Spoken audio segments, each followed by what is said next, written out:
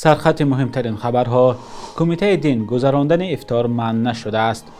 هشدار خدمات علاقه از قلابان و رسانه‌ها از احتمال آغاز جنگ آمریکا علیه ایران خبر دادند.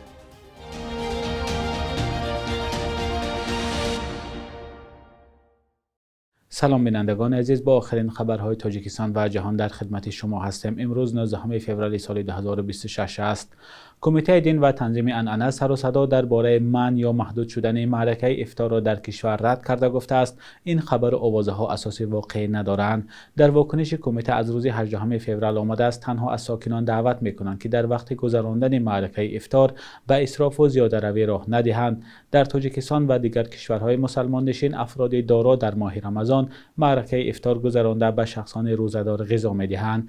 هفته گذشته خبری در شبکه‌های اجتماعی نشر شد که گویا بر اساس قانون تنظیم جشن و مراسم معرکه افطار در تاجیکستان منع شده است. کمیته دین و تنظیم عنعنه با رد این خبرها میگوید که افطار منع نیست، اما ساکنان میتوانند به جای گستردن خانه با دبدبه طعام را به افراد نیازمند فرستند. ماه رمضان امسال در تاجیکستان 19 فوریه فرا رسیده تا 20 مارس ادامه می‌کند. در پس منظر شکایت‌ها از زیاد شدن تماس قلابان با مشتریان شرکت‌های موبیل تاجیکستان، خدمات علاقه از ساکنان دعوت کرده است که احتیاطکار باشند. خدمات 18 فوریه در اظهارات گفت اشخاص نامعلوم خود را کارمند بانک، اپراتور شرکت‌های موبیلی یا شخص شناس نشان داده با بهانه‌های گوناگون از مشتریان کد SMS، رقم کارت بانکی و دیگر معلومات مخفی را طلب می‌کنند. همچنین با گفته خدمات علاقه، بعضی قلابان با بهانه تنظیم اینترنتی 4G یا 5G در تلفن‌ها زنگ زده کوشش میکنند که معلومات شخصی یا کد تصدیقی را بگیرند.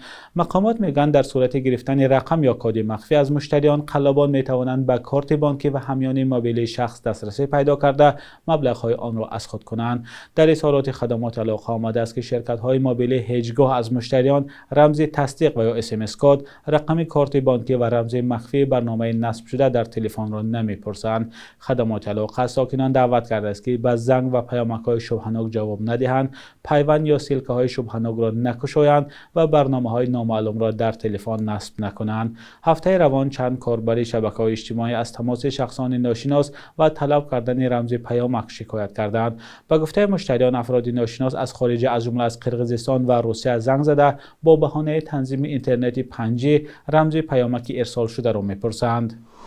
اگر جمهوری اسلامی ایران به طلب‌های آمریکا راضی نشود، دونالد ترامپ یک جای با اسرائیل می‌توانند در هفته‌های نزدیک جنگ را علیه ایران آغاز کنند. در این باره پایگاه اکسیوس و چند رسانه غربی با تکیه به منابعشان در کاخ سفید اطلاع دادند. یکی از مشاوران پرزیدنت آمریکا به رسانه‌های غربی گفته است صبر ترامپ در مسئله ایران تمام می شود و با وجود مخالفت بعضی نزدیکان او برای جنگ علیه تهران، عملیات نظامی می تواند دوام چند هفته آینده انجام شود.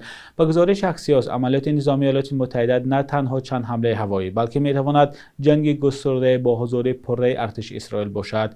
در هفته‌های اخیر ایالات متحده برای فشار به ایران نیروهای زیادی نظامی از جمله چند کشتی هواپیما بر را به خلیج فارس فرستاده است. کارشناسان نظامی در غرب پیش بینی کردند که در صورت سر زدن جنگ تنها در نوبت اول 250 هواپیمای آمریکایی و نزدیک 400 هواپیمای اسرائیلی می توانند به ایران حمله کنند. با وجود گزارش‌ها درباره احتمال سر زدن جنگ میان ایران و آمریکا، نمایندگان دو کشور مشغول مذاکرات هستند. گفتگوی اخیر تهران و واشنگتن 17 فوریه در شهر ژنو با میانه‌روی عمان برگزار شد.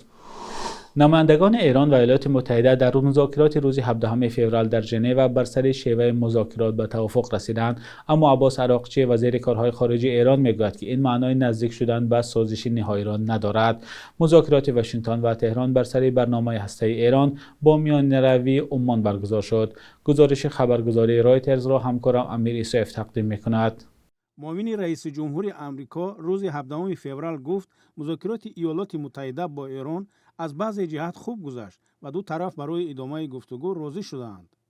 جی دی ونس به تلویزیون فاکس نیوز گفت پرزیدنت دونالد ترامپ تلاش دارد سازش به دست آید چون ایران نباید سلاح هسته‌ای داشته باشد. در همین حال عباس عراقچی وزیر کارهای خارجه ایران میگوید جانب‌ها به سر شیوه مذاکرات راضی شدند، اما این معنای نزدیک شدن به سازش نهایی را ندارد.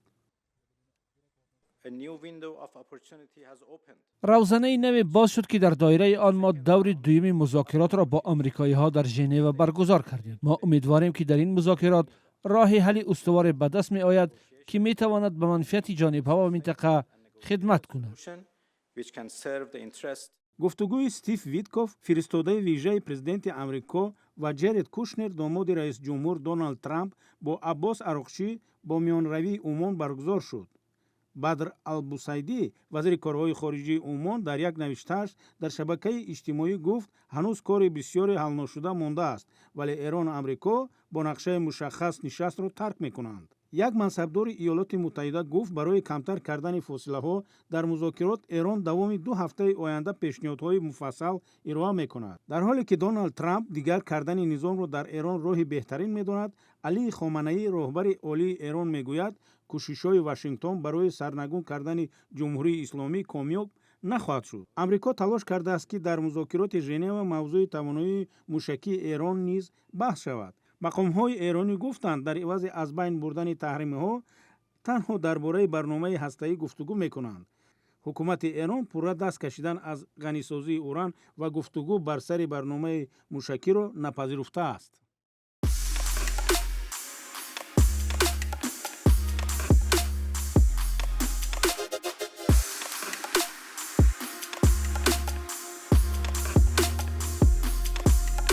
همه چیزی که میخواهند و میخواهید در اینجا هست.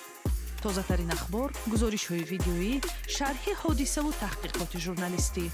زمینه رادیو آزادی را نصب کنید و همه این را با انگشت زدن به تلفن هوشمند خود به دست بیارید. رئیس جمهوری اوکراین گفت تا این دم 2000 کودک اوکراینی از روسیه و قلمروهای اشغال کرده این کشور برگردانده شدند، اما هزاران نفر دیگر تا حال در اسارتند. ولادیمیر زلنسکی 17 فوریه در صحیفه‌اش در شبکه ایکس یا توییتر بازگردانی آنها را نتیجه کوشش هر روزه مردم، سازمان‌های اجتماعی و شریکان بین المللی دانست. به گفته رئیس جمهوری اوکراین راه پیش رو دراز و دشوار است و هزارها کودک اوکراینی تا حال در اسارت روسیه هستند و هر روز قربانی جنایت آنها میشوند. از زمان تجاوز روسیه به اوکراین در ماه فوریه سال 2022 مسکو با بردن تقریباً 20000 کودک از منطقه‌های اوکراین به قلمرو خود عیبدار کرده می شود.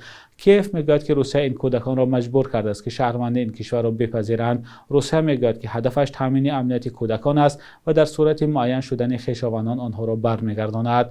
دادگاه بین المللی جنایی در سال 2023 در پیوند به مجبوری برده شدن هزاران کودک اوکراینی امر بازداشت پرزیدنت روسیه ولادیمیر پوتین و امبودسمن و یا وکالتدار حقوق کودکان این کشور را صادر کرد. بخش یک روز تاریخ است که مهمترین تحولات تاریخی در روز 19 فوریه را فرا میگیرد.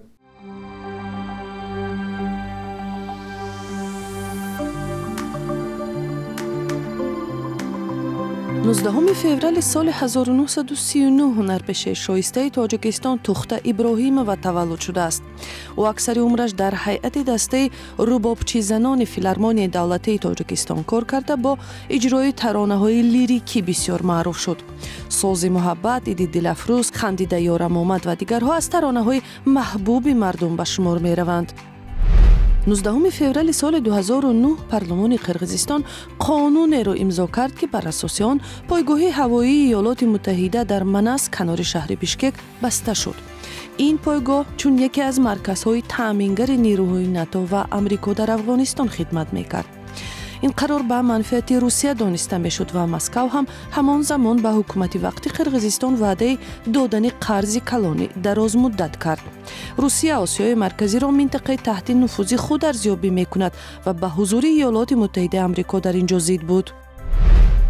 19 فوریه سال 1966 زادروز کارگردان کینو ناصر سعیدов است. او تا سالهای 2000 بیشتر به حیث کارگردان دویم با هنرمندان معروفی مثل دولت خدانظرов کار کرده.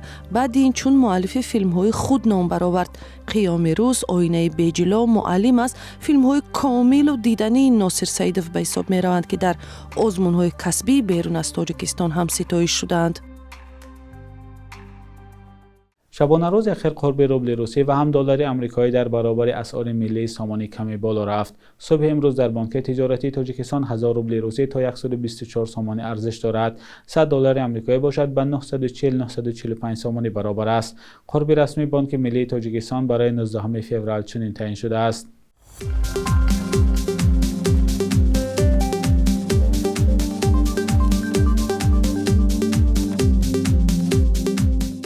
بینندگان عزیز، اینجا رسیدیم به پایان برنامه نویدی بامدادی. اگر خبر یا نظری دارید لطفاً به ما نویسید. تا فردا، خدا نگهدارتان.